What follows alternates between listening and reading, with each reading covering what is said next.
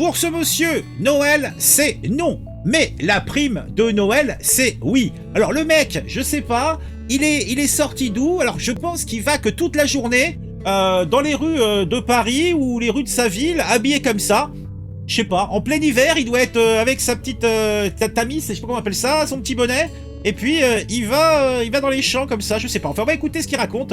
En tout cas, il nous dit non, la prime de Noël c'est oui, mais Noël c'est non. Oh. Noël. Ce raisonnement est totalement fallacieux, c'est une sorte de syllogisme. Le musulman peut toucher la prime de Noël, car dans un premier temps, il n'en fait pas la demande, et de plus, cet argent n'est pas soumis à des conditions telles que cette prime est spécifique aux chrétiens, ou bien tu dois absolument l'utiliser dans la célébration de Noël. C'est une aide sociale et non pas religieuse qui est spécifique aux bénéficiaires de minima sociaux. Et de plus, cet argent provient des contribuables à travers des impôts, des taxes que je paye, que tu payes, que nous payons. Et Ibn Taymiyyah, rahimahullah, dans son livre Iqtida Sirat al-Mustaqim, nous explique qu'à travers l'acte de Ali radiyallahu anhu, qu'il avait envers les gens qui célébraient le Naïrouz, nous explique que le musulman peut recevoir un cadeau d'un non-musulman tant que ce cadeau ne le pousse pas à célébrer ou à participer à Noël. Ce raisonnement est totalement fallacieux. Dis donc, prends le pognon et puis c'est bon. Noël est une fête chrétienne, donc couffard, donc mécréant, point barre. Ils sont très forts pour déterminer les mots, donc plus de prime de Noël. Allah déjà avait prévu la prime de Noël pour les musulmans. Pourquoi les musulmans ne donnent-ils pas une prime aux chrétiens pour la fête d'Al-Dakfit? Pour les musulmanes, Noël est célébré non pas comme une fête. Je comprends pas tout. Religieuse, mais une fête païenne et commerciale et profite des primes de Noël et l'argent gratos. Eh ben dis donc. Ah, y en a, ils sont colères, hein. Bon, au Royaume-Uni, le prix BBC de la footballeuse de l'année revient à un homme. Bonjour, le patriarcat. L'homme est une meilleure femme. Ah, c'est quand même... Ah ouais, c'est... Donc le prix BBC de la footballeuse. Hello, Barbara. Sorry to interrupt your team meeting, everyone, but Barbara, we just wanted to deliver a special award for you. You are the BBC Women's Footballer of the Year 2020.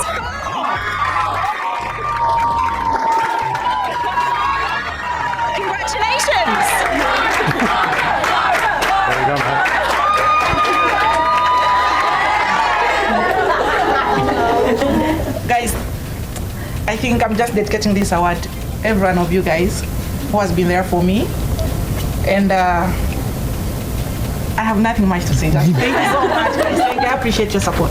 Thank you. C'est une dame, qu'est-ce qu'ils nous disent là? Oh, c'est pas un monsieur. Oh.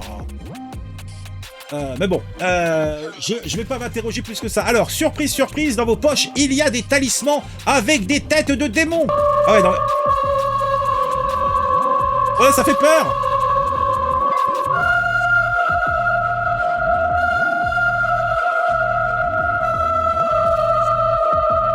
Moi, je dirais une tête de biche ou une tête de dromadaire, hein, mais bon...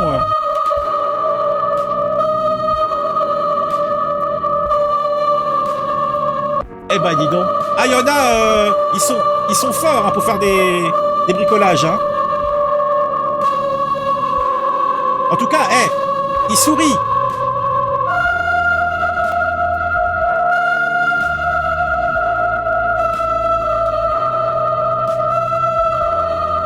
Ah, la musique est bien angoissante. Ah, même le billet de 50, eh ben, dis donc.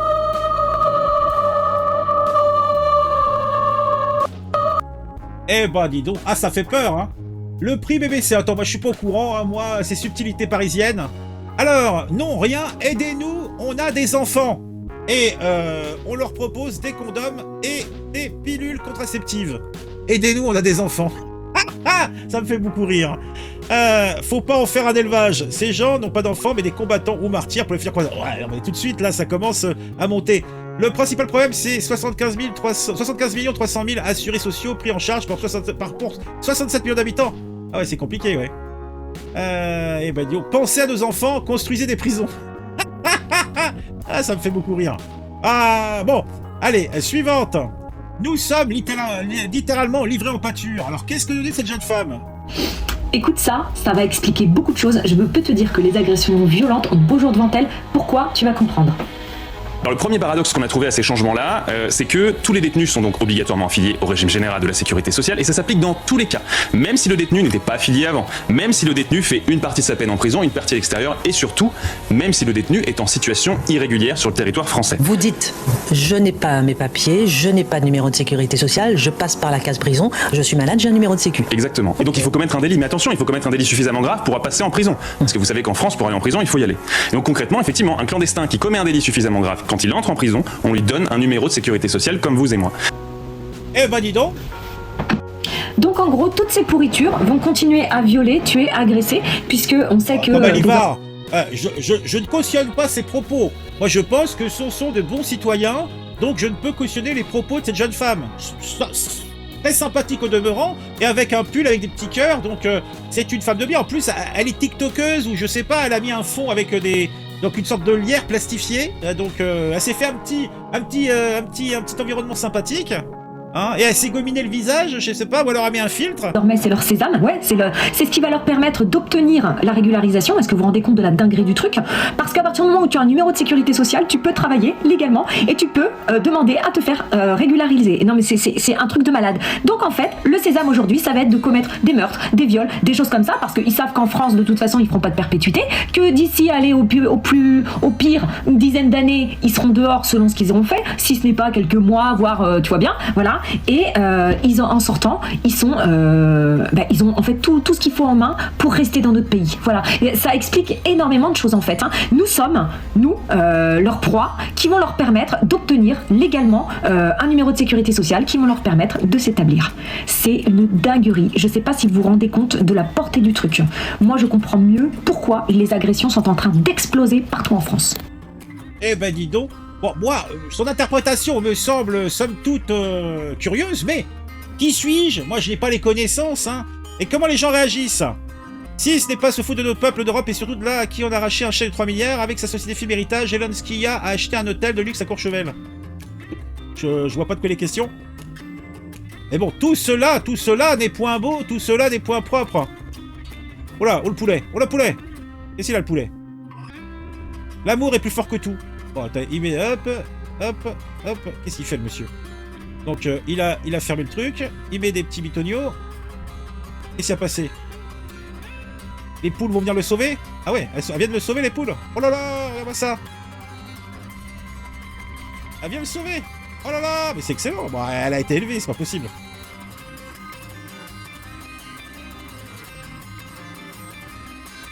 C'est dingue ça.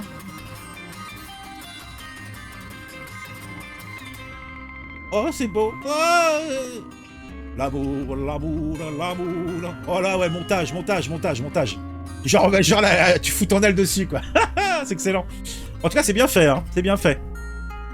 Eh ben, dis donc. Oh là là, mais on croit rêver. Jusqu'à 70 ans, je produis. Après 70 ans, euthanasie. Remboursons la dette. Le 9 juin, je vois ton naissance. Ah, mon Dieu. Ah, ils produisent des trucs, hein. C'est beau la prod. Bon allez, on passe au suivant.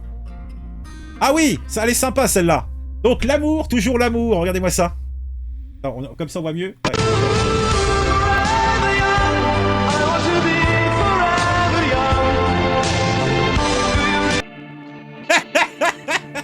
Ah, excellent.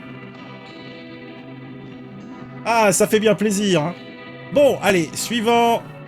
L'entrepreneur chinois, oui c'était il y a quelques semaines, l'entrepreneur chinois Justin Sun, fondateur de la plateforme de crypto-monnaie Tron, mange la banane collée au mur qu'il a achetée pour la modique somme de 6 200 000 $ américains.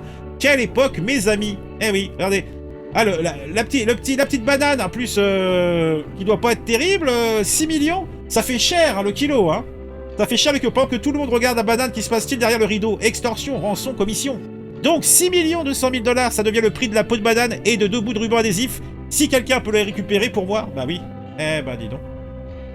Ah oui, ça c'est très bon. Ah, là, ce truc, vraiment il est excellent le mec. Attendez, écoutez ça, c'est parfait. On voit comme ça. Hop. Est-ce qu'on voit tout comme ça, ouais.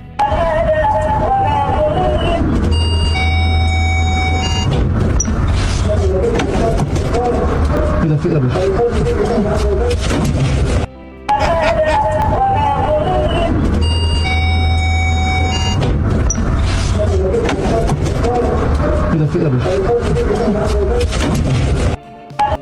Pas mal, hein? Pas mal, pas mal. Ah, beau spectacle. Oui, c'était un beau spectacle. Tiens, hop, on met là. Excellent. Bon. Allez, ah oui, alors celui-là, bon, on finit avec ça et après on passera à une autre vidéo. Et là, c'est Russie Info. Alors ça, a priori, ça doit être pour un sketch pour la télévision russe. Et c'est rigolo. Regardez plutôt. Alors, écoutez. The next train will be approaching soon. Could the customer with the juicy melons please stand away from the yellow line? Donc la personne au melon qui recule. Melons, please stand away from the yellow line, sir. Thank you very much. Donc la femme a considéré que c'était pour elle. Bon, c'est pour une séquence vidéo, je suppose, mais c'est rigolo. Quand on se la regarde. The next train will be approaching soon. Could the customer with the juicy melons please stand away from the yellow line? That's the customer with the juicy melons. Please stand away from the yellow line, sir. Bon, c'était mignon, c'était mignon. Les personnes avec ces juteux melons est priée de reculer derrière la ligne jaune. La fille recule, mais il y a un monsieur qui tient un melon. Et cette annonce était destinée à lui, et non pas à cette charmante demoiselle. Ah, l'humour. L'humour russe ou l'humour de quel pays? Je sais pas. Allez, maintenant que